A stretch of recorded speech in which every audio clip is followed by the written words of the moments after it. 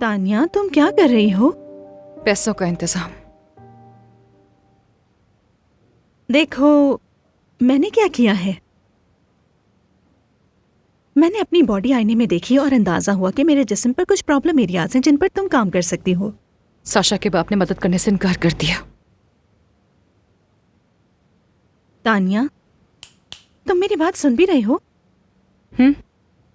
तुमने अपनी बॉडी देखी, लेकिन क्यों? मैं ये चाहती हूँ तानिया कि तुम मेरा मसाज करो और मैं तुम्हें पैसे दूंगी। और हाँ, मैं और भी क्लाइंट्स ला सकती हूँ। इतने क्लाइंट्स आएंगे कि तुम थक जाओगी कसम से। लेकिन ये इलीगल है। हाँ, मगर इससे तुम साशा का मुकम्मल इलाज करवा सकोगी।